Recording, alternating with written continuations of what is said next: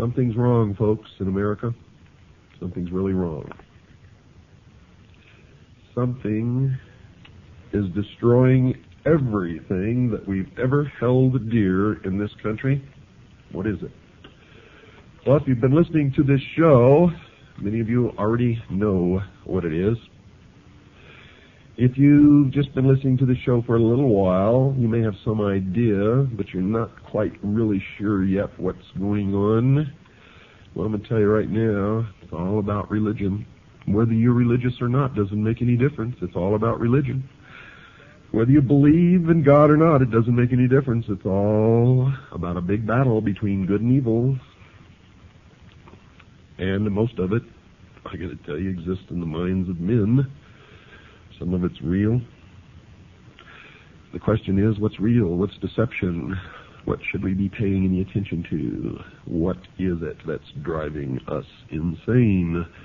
Yes, something is wrong in America. The sound you hear is dripping blood.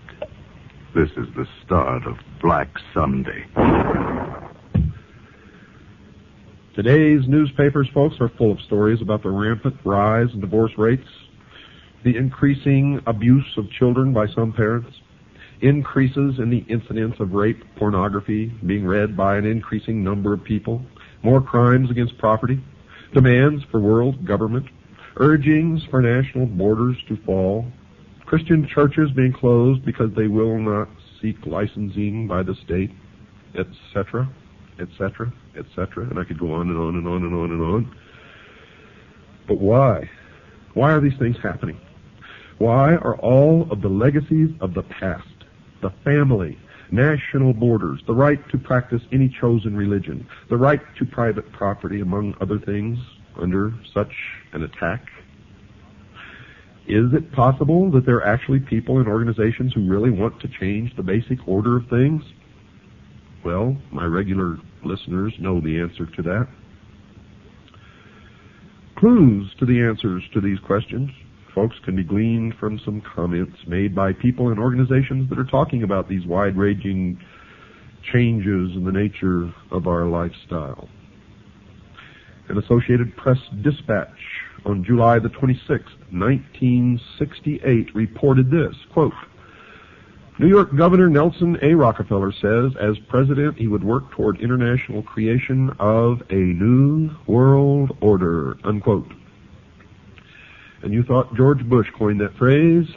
Surprise, surprise. On January the 30th, 1976, a new document called the Declaration of Interdependence was introduced to the American people, and it was signed by 124 traitors, 32 senators, and 92 representatives, altogether 124 traitors in Washington, D.C., and it read in part, quote, 2 centuries ago, our forefathers brought forth a new nation. Now we must join with others to bring forth a new world order, unquote. And you thought George Bush coined that phrase. Surprise, surprise. Another individual who has commented is Henry Kissinger, probably the greatest traitor this nation has ever known, former Secretary of State. According to the Seattle Post-Intelligence of April 18, 1975, Mr. Kissinger said, quote, Our nation is uniquely endowed to play a creative and decisive role in the new order which is taking form around us, unquote. George Bush gave the commencement address at Texas A&M University on May 12, 1989, and he used similar words as well. His speech was on the subject of Soviet-American relations, and he was quoted as saying in part, quote, Ultimately, our objective is to welcome the Soviet Union back into the world order. Perhaps the world order of the future will truly be a family of nations, unquote. Historian Walter Mills maintained that prior to World War I, Colonel Edward Mandell House, the major advisor to Woodrow Wilson, the president at the time, had a hidden motive for involving America in the war. The historian wrote this, quote, The colonel's sole justification for preparing such a batch of blood for his countrymen was his hope of establishing a new world order of peace and security, unquote. You see how these people fool themselves? They always say that the end is peace and security, a world utopia. But to get it, they spill more blood than ever has been spilled in history. Each time they try to bring about their utopia, the blood runs in the streets. They're liars. They're hypocrites. They're manipulators, deceivers. They're the worshippers of Lucifer. Adolf Hitler, a socialist and the head of the German government prior to and during the nation's involvement in World War II, is quoted as saying this, quote, "National Socialism will use its own revolution for the establishing of a new world order," unquote. Adolf Hitler was a socialist. Nazi means National Socialism.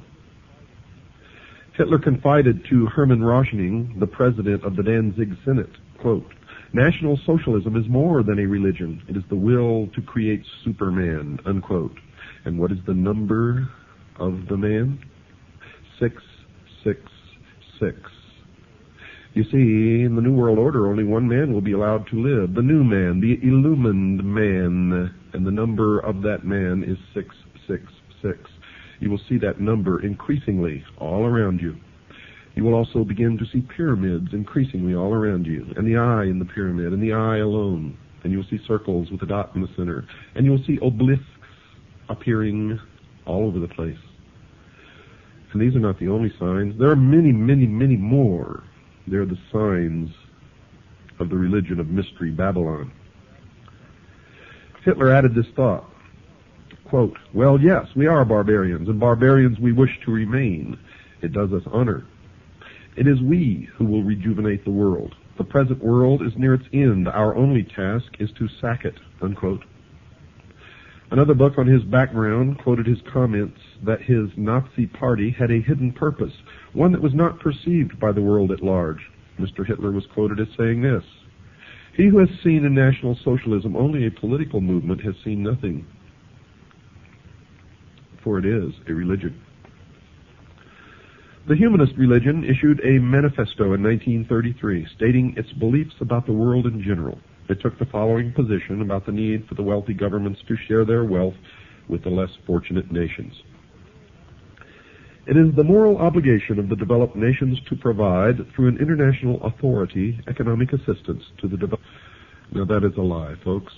It means that it's okay for some of us to lay back and do nothing and reap the rewards of the labor of others. That's socialism. That's what it's all about. Communism, socialism, it's the same. And these people, the worshippers of Mystery Babylon, are the original communists. They are international socialism. They invented it. It is their creation. It is their dream of a world utopia. A one-world totalitarian socialist government. The April 1974 issue of Foreign Affairs, the quarterly periodical issued by the Council on Foreign Relations in New York, had an article in it by Richard N. Gardner, the former Deputy Assistant Secretary of State for International Organizations in the Lyndon Johnson and John Kennedy administrations, and he stated this, quote, "We are likely to do better by building our house of world order from bottom up rather than from the top down. An end run around national sovereignty, eroding it piece by piece, is likely to get us to world order faster than the old-fashioned assault," unquote. Even the Communist Party is voicing similar thoughts. The People's Daily World for Thursday, March 9th, 1989, contained an article written by Angela Davis. You remember her? Those familiar with Miss Davis will remember that she was the vice presidential candidate for the Communist Party a few years ago. She currently is a member of the National Committee of the Communist Party of the United States, and she is quoted in the paper as saying, quote, "One underlying effect of anti-communism in this respect is to encourage a certain hesitancy to embrace solutions which call for deep structural socio-economic transformation," unquote. Another communist, Alexei Kovylov, spoke at an evening meeting held at Windstar, Colorado, in August 1985, and gave the participants in attendance a surprise presentation. He spoke about the 12th World Festival of Youth and Students held in Moscow a few months prior to his lecture. He said, quote, "There were 3 programs. The first was political and dealt with the various issues of peace and disarmament. The second was dedicated to environmental issues and to the new international economic order," unquote. The alleged need for a change in the basic way things are done is consistent with the teachings of the father of communism, Karl Marx. He's not really the father of communism, but it's a name that's been tagged onto him. You see, he was just a hack writer hired by the mystery religion of Babylon to write the Communist Manifesto. It was not his idea, but he's reaped the benefits of it, if you can call them benefits. But he co-authored the Communist Manifesto with Frederick Engels, another hack writer, in 1848. Mr. Marx wrote that the communists, quote, "openly declare that their ends can be attained only by the forcible overthrow of all existing social conditions," unquote. Nesta Webster, a writer on the subject of conspiratorial organizations in the past, wrote this in her book entitled Secret Societies, quote, "The revolution desired by the leaders of world revolution is a moral and spiritual revolution, an anarchy of ideas by which all standards set up throughout 19 centuries shall be reversed, all honored traditions trampled underfoot, and above all, the Christian ideal finally obliterated," unquote.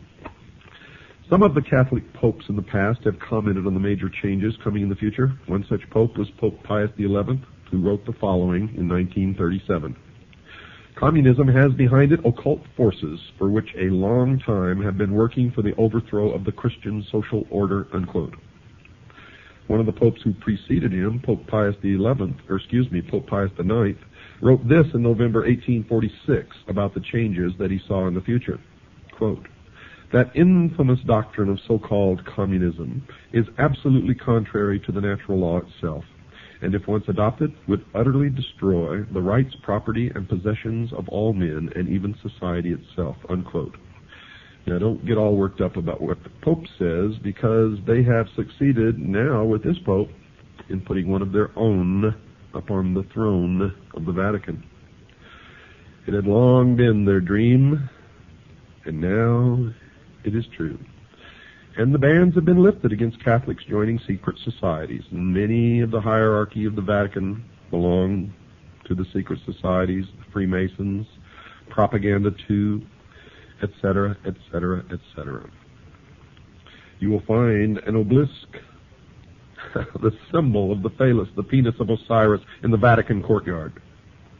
If you don't believe me, go look. Another individual who wrote about the future was Dr. Jose Arguelles of an organization known as the Planet Art Network. Dr. Arguelles wrote, quote, "Also implicit in all these events is a call for another way of life, another way of doing things, a redistribution of global wealth. In short, a new world order," unquote. Now, just what the future society was that these people are talking about was described in a brief manner by Marilyn Ferguson in her book entitled The Aquarian Conspiracy, and she wrote this, quote, "The new world is the old, transformed," unquote. Another clue about what is in store for the future world was offered by Dr. James H. Billington, who received his doctorate as a Rhodes Scholar. Where have you heard that before? You have a Rhodes Scholar sitting in the Oval Office right now. Received his doctorate as a Rhodes Scholar at Oxford University and has taught at Harvard and Princeton Universities.